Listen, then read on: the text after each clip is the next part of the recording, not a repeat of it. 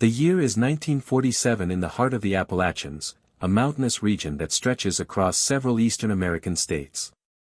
Deep valleys and steep mountains created pockets of isolation where entire communities remained separated from the rest of civilization for decades, sometimes even centuries. Established in the late 19th century in a remote valley of Pine Mountain, Kentucky, one such community was founded by three pioneer families, the Hartleys, the Dawsons, and the Mallisters. Extreme geographical isolation combined with a deep distrust of outsiders created the perfect conditions for practices of union between close relatives to become not only accepted but institutionalized as a family tradition. This is the case of the Dorson family, whose dark history only came to light when public health authorities visited the region in 1947. They were alerted by reports of unusual medical conditions affecting multiple members of the community. Dr. Robert Caldwell, a physician sent by the Kentucky Department of Public Health, documented his findings in a confidential report that remained archived for decades. "What I found in Pine Mountain defies human understanding and raises disturbing questions about what happens when communities completely isolate themselves from modern society," he wrote in his personal notes. The Dawson family, led by patriarch Elijah Dorson, then 67, had established a pattern of marriages between cousins for at least 4 generations.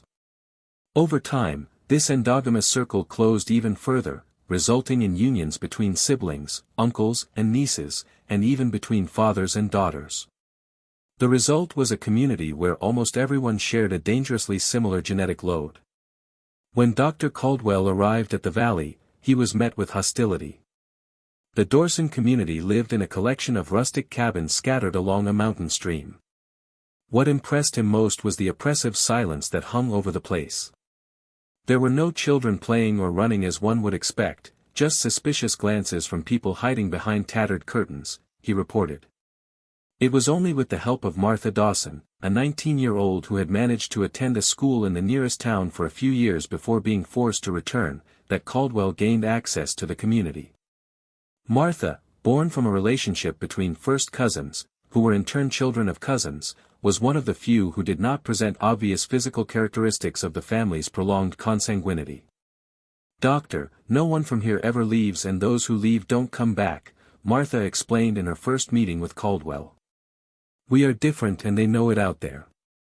The reality that the doctor documented in the following weeks was devastating. Among approximately 40 members of the Dorson community, he identified an alarming pattern of medical conditions.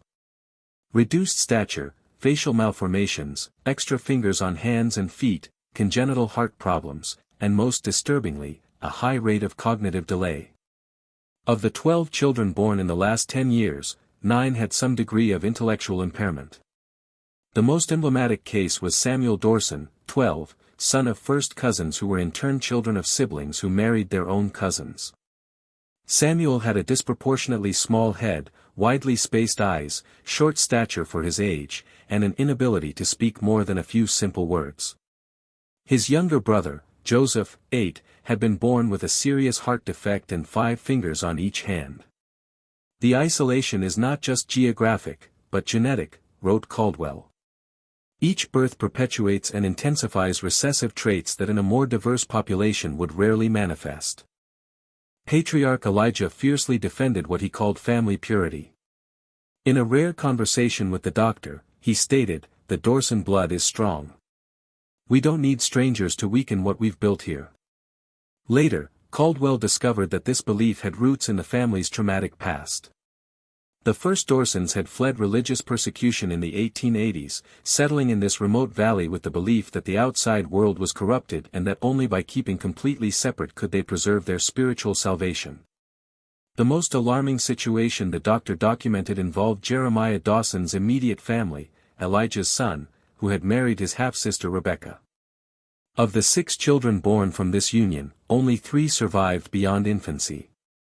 All presented distinctive physical characteristics, asymmetric face, underdeveloped jaw, and severe vision problems.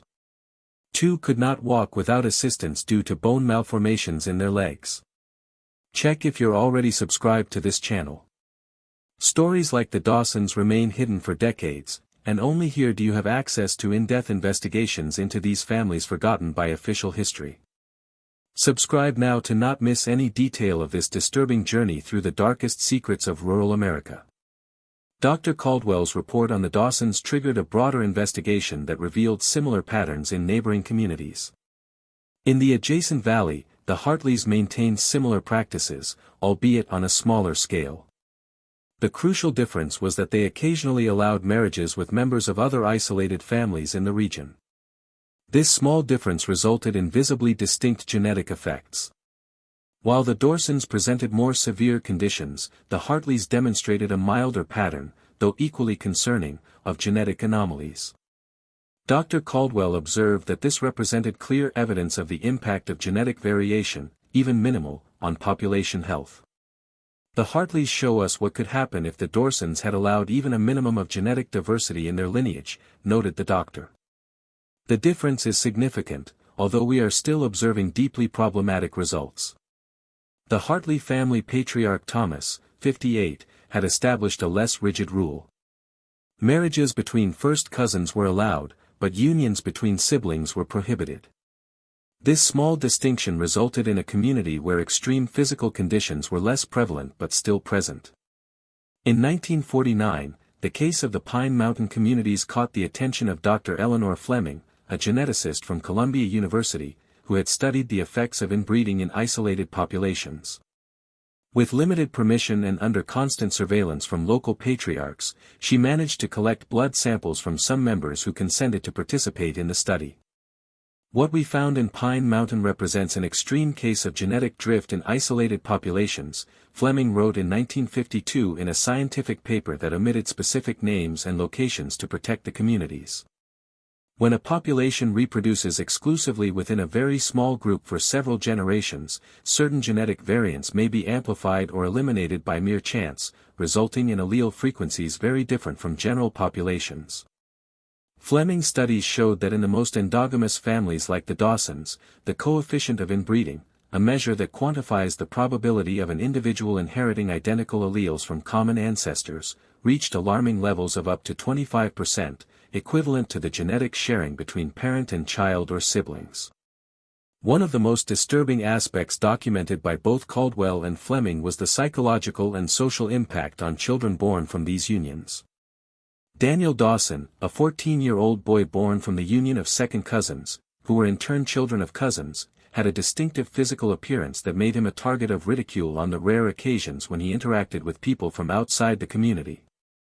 The widely spaced eyes, receding chin, and unusual facial proportions made Daniel immediately identifiable as different, reported Fleming. During our interview, he kept his gaze down constantly and spoke in almost inaudible whispers, showing clear signs of deep social trauma. Martha Dawson, who initially helped Dr. Caldwell gain access to the community, revealed in subsequent conversations with Fleming that many of the young women in the community lived in a constant state of silent despair. "Nobody asks what we want," she confided. "When the time comes, they simply tell us who we're going to marry. Some try to run away, but where to go? Without education, without money, without knowing anyone out there." The situation of the Mallisters, the third original family in the valley, offered a revealing contrast. Although they had started with similar practices of marriages between relatives, a family dispute in the 1920s resulted in several young members leaving the community. Those who remained eventually were forced to seek partners in neighboring communities. As a result, in the younger generation of Mallisters, genetic conditions were notably less prevalent. William Mallister, then 61, reported to Fleming, "My father used to say that pure blood was strong blood. After I saw my nephews being born that way, I started to think differently." That way William was referring to were the severe deformities that affected almost 70% of children born in families with higher rates of consanguinity. Medical records compiled by Caldwell documented cases of polydactyly, extra fingers, syndactyly, fusion of fingers, microcephaly, congenital heart defects, and various degrees of cognitive impairment. Dr. Fleming observed a disturbing pattern. With each successive generation of consanguineous marriages, the severity of conditions increased and the infant mortality rate rose dramatically. In families with the longest history of unions between close relatives, up to 60% of children died before reaching 5 years of age. Investigations in the Pine Mountain communities also revealed a disturbing social phenomenon. As the physical effects of inbreeding became more evident, families isolated themselves even more, fearing stigma and persecution. This isolation in turn intensified the problem, creating a vicious cycle that perpetuated for generations. What we witness here, concluded Fleming, is not just a medical tragedy, but a human one. These families trapped in cycles of geographic, social, and genetic isolation have unwittingly created conditions that perpetuate their own suffering. In 1953, the situation in Pine Mountain took a dramatic turn when a 16-year-old girl, Ruth Dawson, managed to escape from the community and reached the town of Harlan, about 30 kilometers away. Exhausted and disoriented, Ruth was found by a local police officer who, alarmed by her physical appearance and emotional state, took her to the town hospital. Dr. James Harrington, the physician responsible for the case, was immediately intrigued by the young woman's unusual physical characteristics and her fragmented story about the isolated community she had fled from. The patient shows clear signs of congenital malformations consistent with a history of prolonged consanguinity, he recorded in his initial report. Her account of practices of marriages between close relatives in her community of origin is extremely concerning. Ruth revealed that she had fled to avoid an arranged marriage with her maternal uncle, a 42-year-old man who had already had 2 previous wives, both deceased during childbirth. I saw what happened to my cousins, Ruth reported to Dr. Harrington. I saw how their children were born. I didn't want that for myself. Ruth Dawson's case reached local newspapers, though with limited details to protect her identity. The headline of the Harlan Daily Enterprise on May 7, 1953, merely stated, "Young woman flees isolated community, reports disturbing marriage practices." This public exposure, even limited, triggered a response from state authorities. The Kentucky Department of Child Welfare sent social workers to investigate conditions in the Pine Mountain community, accompanied by public health officials and local police. When the delegation arrived at the Dorson Valley on May 15, 1953, they found a community in apparent abandonment. Cabins were empty, personal belongings left behind, as if residents had departed in haste. Of the approximately 40 members of the Dorson family documented by Dr. Caldwell 6 years earlier, there was no sign. It seemed to me that they simply disappeared into the forest like ghosts, wrote Sarah Jenkins, a social worker who participated in the expedition. We found evidence that they had left recently. Still fresh food remains, still warm stoves. Clearly, someone had alerted them about our arrival. Only months later, through information provided by local hunters, authorities discovered that the Dawsons had relocated to an even more remote area in the Cumberland Mountains, approximately 80 kilometers to the north near the Virginia border. This new location was practically inaccessible by vehicles, requiring an arduous walk of several days through mountainous terrain. If we realize anything from the Dorson case, observed Dr. Fleming in a subsequent report, it's that self-imposed isolation can be stronger than any external intervention. When a community is convinced that its survival depends on remaining separate from the outside world, it will find ways to maintain that separation no matter the cost. Meanwhile, Ruth Dawson, under the protection of state social services, began a difficult process of adaptation to life outside her isolated community. Initially placed in a temporary foster home, she faced significant challenges of integration. The patient demonstrates extreme difficulty with basic concepts of modern life, reported her social worker in August 1953. She was terrified the first time she saw a television, believing it to be some kind of magic window. Her formal education is virtually non-existent, and her understanding of the outside world was shaped primarily by distorted stories told by community elders. Have you ever wondered what would lead entire families to isolate themselves from the world and perpetuate practices that cause so much suffering to future generations? Feel free to share in the comments. May God protect these innocent children. This is the reaction many have when learning about cases like the Dawsons, where the true price of extreme isolation is paid by the most vulnerable. In 1955, 2 years after her escape, Ruth gave an anonymous interview to a psychologist from the University of Kentucky who was studying isolated communities. This interview, preserved in the university archives, offers a rare glimpse into life within an extremely closed endogamous community. "As long as I can remember, I heard that the outside world was dangerous and sinful," reported Ruth. "My grandfather Elijah said our blood was special, chosen, and that mixing it with strangers would weaken us. When children were born different, he said it was because someone had disobeyed in the past, bringing the curse to our family." Ruth described a social system where marriages were decided exclusively by male elders of the family, usually when girls were between 13 and 16 years old.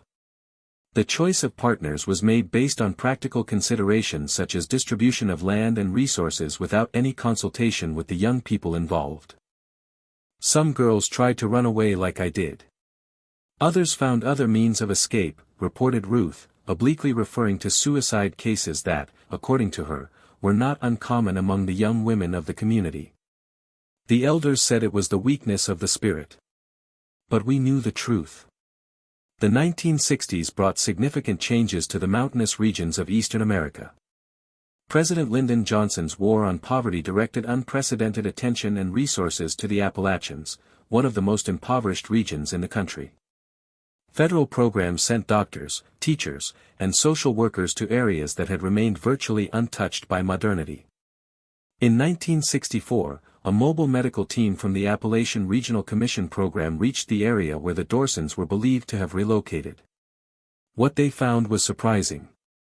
The community had fragmented into small family groups dispersed over an extensive area, each living in extreme isolation. Dr. Margaret Holloway, who led the medical team, documented her encounters with these isolated groups. "In more than 20 years of medical practice, I have never witnessed such a high concentration of genetic conditions in a single population. In one cabin we visited, inhabited by 7 people identified as members of the Dorson family, 5 had obvious physical malformations and all demonstrated some degree of cognitive impairment." Dr. Holloway's notes reveal disturbing details about the state of the dispersed community. In one location, she found a young woman of approximately 20 years with distinctive facial features, widely spaced eyes, prominent forehead, and receding chin, caring for 3 small children who presented similar conditions. The young woman, who identified herself only as Sarah, revealed that she was both mother and first cousin to the children. "When I asked about the father of the children," wrote Holloway, "Sarah pointed to a photograph on the wall showing an elderly man she identified as her uncle. The casualness with which this information was shared suggests a deeply rooted normalization of consanguineous marriage practices." In another location, the team found an even more alarming situation. 2 adult siblings, both with physical characteristics indicative of prolonged consanguinity, living with their 3 children together. The children, aged between 4 and 10, presented severe physical and cognitive conditions. The oldest could not speak beyond basic sounds and had difficulty walking due to malformations in the legs. "What we witnessed here is not just the result of generations of consanguineous marriages," concluded Holloway, "but the culmination of decades of social, educational, and economic isolation. These families are trapped in a self-perpetuating cycle of extreme poverty, ignorance, and disease." The medical team tried to offer assistance, but encountered significant resistance. The older members of the dispersed community refused any contact with outsiders, and even those who accepted basic medical assistance often disappeared before scheduled follow-up visits. In 1967, as part of a broader initiative to document conditions in the most remote regions of the Appalachian, a team of documentarians from the University of Kentucky tried to locate and film some of these isolated groups. Their attempt was largely frustrated by deeply rooted distrust and extreme geographic isolation. However, they managed to briefly interview a man who identified himself as James Dawson, then approximately 40 years old, who lived alone in a rudimentary cabin at the top of a mountain. James presented subtle but distinctive physical features, extra fingers on both hands, which he kept hidden in gloves even during the hot summer, and a pattern of speech that interviewers described as simplified but functional. "My family has always been here," said James in the recorded interview, preserved in the university archives. "We will always be from here." The world down there has no place for people like us. When questioned about his childhood and extended family, James became visibly uncomfortable. We were many before, now we are few. It's better this way. Fewer mouths to feed. The documentary was never completed, but the director's notes offer valuable insights. What we found was not a degenerate community as sensationalistically described in some previous reports, but the broken fragments of families that for generations were pushed themselves to the most extreme margins of society. The tragedy is not just in the evident medical conditions, but in the complete dehumanization that these people have suffered both from outsiders and apparently within their own family structures. In 1972, a detailed genealogical study conducted by the Department of Anthropology at the University of Tennessee attempted to map the complete family history of the Dorsons and related families. Using historical census records, birth and marriage certificates, land ownership records, and interviews with older residents of the region, researchers managed to construct a partial family tree extending back to 1850. The study revealed that the three original families, Dorson, Hartley, and Maulister, were in fact already related by marriage before settling in the Pine Mountain Valley. All descended from a small group of Scotch-Irish settlers who had migrated together to America in the 1820s and had maintained close ties ever since. What we observe here, concluded the study, is an extreme case of what anthropologists call the founder effect. When a new population is established by a very small number of individuals from a larger population, the limited genetic base combined with severe geographical isolation and endogamous marriage practices created a perfect storm of genetic homozygosity. The 1980s brought profound changes to the Appalachians. The expansion of mining, construction of new roads, and advancement of telecommunications significantly reduced the isolation that had defined the region for generations. Communities that were once practically inaccessible could now be reached in a few hours by car. In 1983, a team of researchers from the University of Kentucky School of Medicine, led by geneticist Dr. Catherine Reynolds, initiated a comprehensive study on the long-term impacts of consanguinity in isolated Appalachian populations. Using recently developed techniques for genetic marker analysis, they hope to identify specific patterns of homozygosity associated with medical conditions observed in these populations. With the help of historical medical records and genealogical information collected in previous studies, the team managed to locate and obtain consent from 37 individuals identified as descendants of the original Pine Mountain families. These participants were now dispersed across various counties in Kentucky, Virginia, and Tennessee, many living in small towns and having partially integrated into the broader society. The results of the study, published in 1986 in the Journal of Medical Genetics under the title, Long-Term Effects of Extreme Endogamy in Isolated Populations, a Case Study of the Appalachians, revealed disturbing genetic patterns. Even after several generations of outmarriage, wrote Reynolds, participants demonstrated significantly higher levels of homozygosity than the general population. In particular, we observed multiple rare genetic variants occurring at unusually high frequencies consistent with the founder effect followed by genetic drift in isolated population. The study identified 14 rare genetic variants associated with specific medical conditions that occurred at frequencies up to 20 times higher in this population than the national average. These included genes associated with polydactyly, extra fingers, syndactyly, fusion of fingers, congenital heart defects, and various syndromes that affect cognitive development. One of the study participants, Michael Dawson, then 42, had been born in the original community in 1941 and removed by social services as a child after the death of his parents. Adopted by a family in Lexington, he received formal education and eventually became an accountant.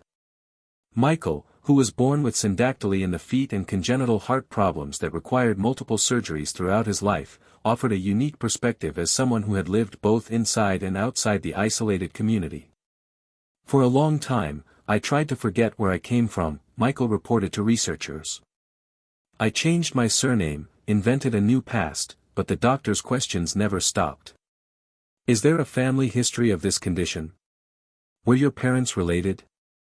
Eventually, I had to face the truth about my origins. Michael revealed that after years of therapy, he had decided to reconnect with his family roots. In 1979, using public records and the help of a private detective, he managed to locate some distant cousins who still lived in rural areas of Kentucky. "What I found was deeply disturbing," he reported. "Many of my closest relatives had already passed away, some very young. Those who remained lived in conditions of extreme poverty, many with severe health problems. The most shocking was that even after all they had suffered, some still defended the old practices that had caused so much harm." One of the cousins Michael found, Joseph Dawson, had been born in the original community in 1945 and remained in the region. Joseph presented distinctive physical features: very short stature, asymmetric face, and 6 fingers on each hand. He lived alone in a small mobile home on the outskirts of a mining town, supporting himself with occasional jobs and government assistance. "Joseph told me that when he was young, our grandfather Elijah used to say we were special, chosen by God to be different," reported Michael. He believed that until the end. But Joseph said something I'll never forget. "We're not special. We're just what happens when people are too afraid of the world out there." Dr. Reynolds's study revealed another disturbing aspect.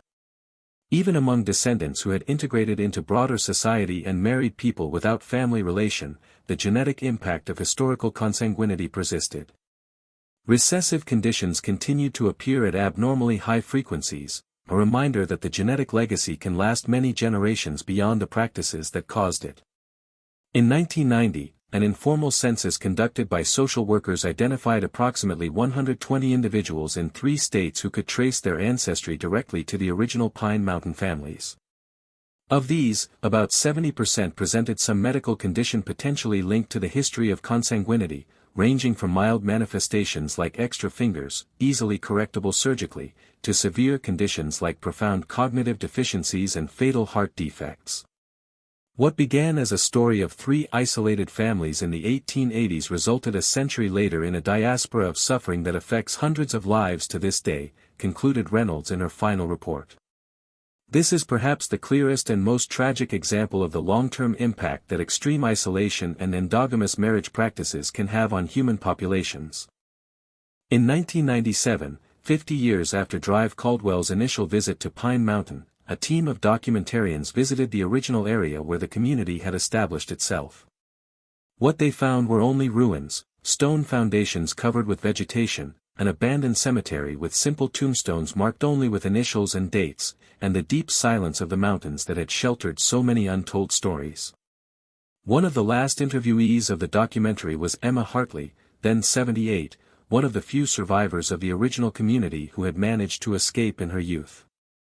Living in a nursing home in Bristol, Tennessee, Emma offered a lucid testimony about the last days of the original community. "When authorities started showing up in the 50s, fear spread like fire," she recalled. "The elders said they were going to separate us, take our children away, put us in hospitals for people like us. Many fled deeper into the mountains, others dispersed, trying to blend into small towns where no one asked too many questions." Emma had escaped in 1951 at 32, taking with her her 4-year-old son, who had been born with a congenital heart condition. She established herself in Bristol, where she worked as a cleaner and eventually married a local widower. "My son died at 12, revealed Emma with tears in her eyes. Doctors said his heart simply didn't form right. I knew why, even if I couldn't tell them. I carry that guilt with me every day." The documentary, titled The Forgotten of the Mountains, was shown at some regional festivals, but never obtained national distribution. However, its impact was significant among researchers and public health authorities, bringing renewed attention to isolated communities that still existed in the most remote corners of the Appalachian. In 2002, Dr. Thomas Richardson, a geneticist at Vanderbilt University, published a comprehensive study analyzing the long-term impact of the founder effect combined with consanguinity in mountainous populations of Eastern America. Using advanced DNA analysis techniques, he identified what he called distinctive genetic signatures in certain isolated populations. "What we observe in descendants of the Pine Mountain communities and similar is not just the direct result of consanguineous marriages," explained Richardson, but the compound effect of multiple factors. A founding population already genetically limited, centuries of geographical isolation, and endogamous marriage practices. These combined factors created genetic islands where certain rare variants became surprisingly common. Richardson's study identified specific patterns of genetic mutations that occurred at frequencies up to 40 times higher in these populations than the national average. Particularly concerning were variants associated with congenital heart conditions, which continued to affect descendants even several generations after the end of consanguineous marriage practices. One of the most notable cases documented by Richardson was that of Amanda Dawson, name changed to protect her privacy, born in 1975 in a small town in West Virginia. Although her parents were not close relatives, both descended from different branches of the original Dawson family. Amanda was born with a rare form of congenital heart defect that required multiple surgeries throughout her life. Amanda's case illustrates how the genetic impact of historical consanguinity can persist for generations, explained Richardson. Even when marriages between close relatives cease, certain genetic variants already concentrated in the population can continue to cause problems when two carriers, unaware of their distant relationship, have children together. In 2005, a University of Kentucky Extension program initiated a genetic education project specifically targeted at rural Appalachian communities with documented history of extreme isolation. Led by Dr. Jennifer Morris, a geneticist and native of the region, the program offered free genetic counseling and testing for people who suspected having ancestry in historically isolated families. Our goal is not to stigmatize these communities or expose painful stories of the past, explained Morris in an interview with the Louisville Courier-Journal, but to help people understand their potential risks and make informed choices about their health and that of their families. The program faced initial resistance in some areas where the theme of historical consanguinity remained deeply taboo. However, by working with local community leaders and emphasizing practical health benefits, it gradually managed to gain acceptance. One of the program participants, Robert Mallister, 45, discovered through genetic testing that he carried 3 rare genetic variants associated with potentially serious conditions, all linked to the consanguinity history of his ancestral family. 2 of his 3 children had also inherited some of these variants. "I never knew much about my family history," reported Robert. "My parents didn't talk about it, and I grew up thinking we were just a common family in the region. Discovering this connection with a past I didn't even know existed was shocking, but also enlightening. Now I understand why certain medical problems seem to affect our family so much." In 2010, Dr. Morris published the results of 5 years of the program in the Journal of Community Genetics. The data revealed that among more than 500 tested participants, approximately 35% carried at least one rare genetic variant associated with historically endogamous families of the region.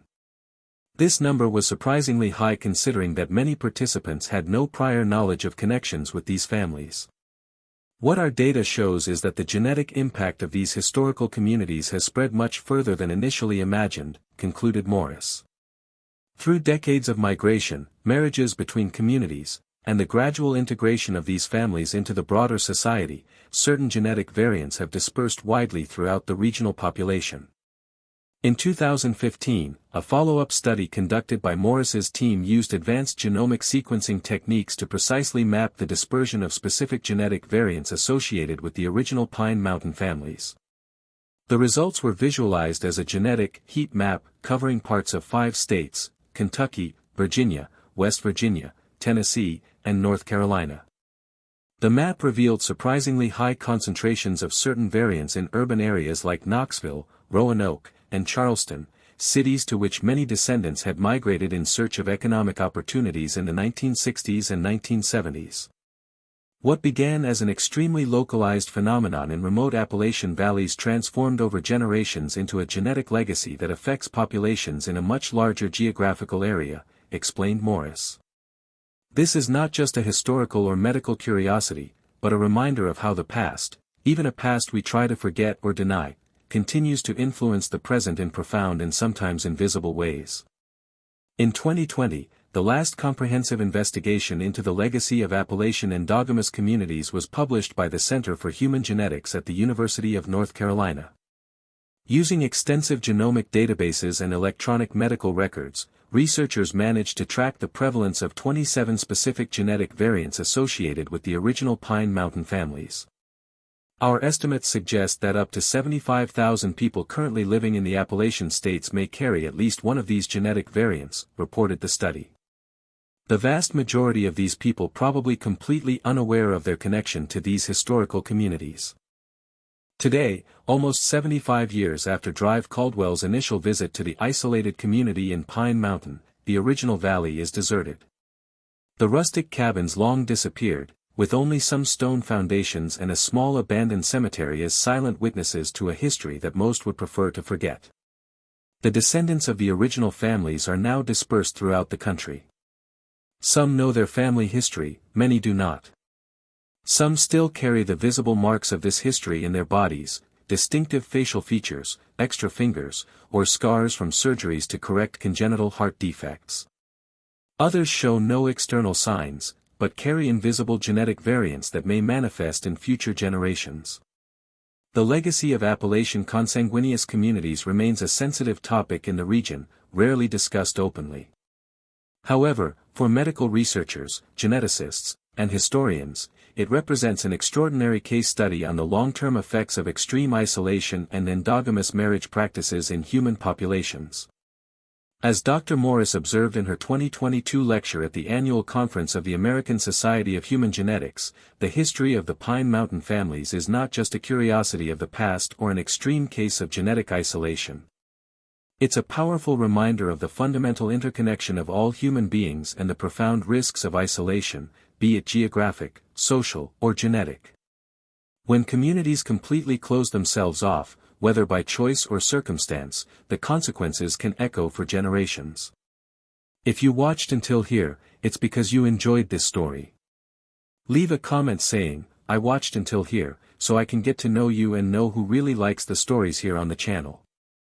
Don't forget to leave your like and share this video with people you believe would also be interested in this historical investigation about one of the darkest and least known chapters of American rural history. Check if you're already subscribed to this channel.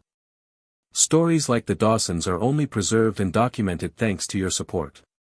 Each subscription helps us continue investigating and revealing cases that official history would prefer to forget.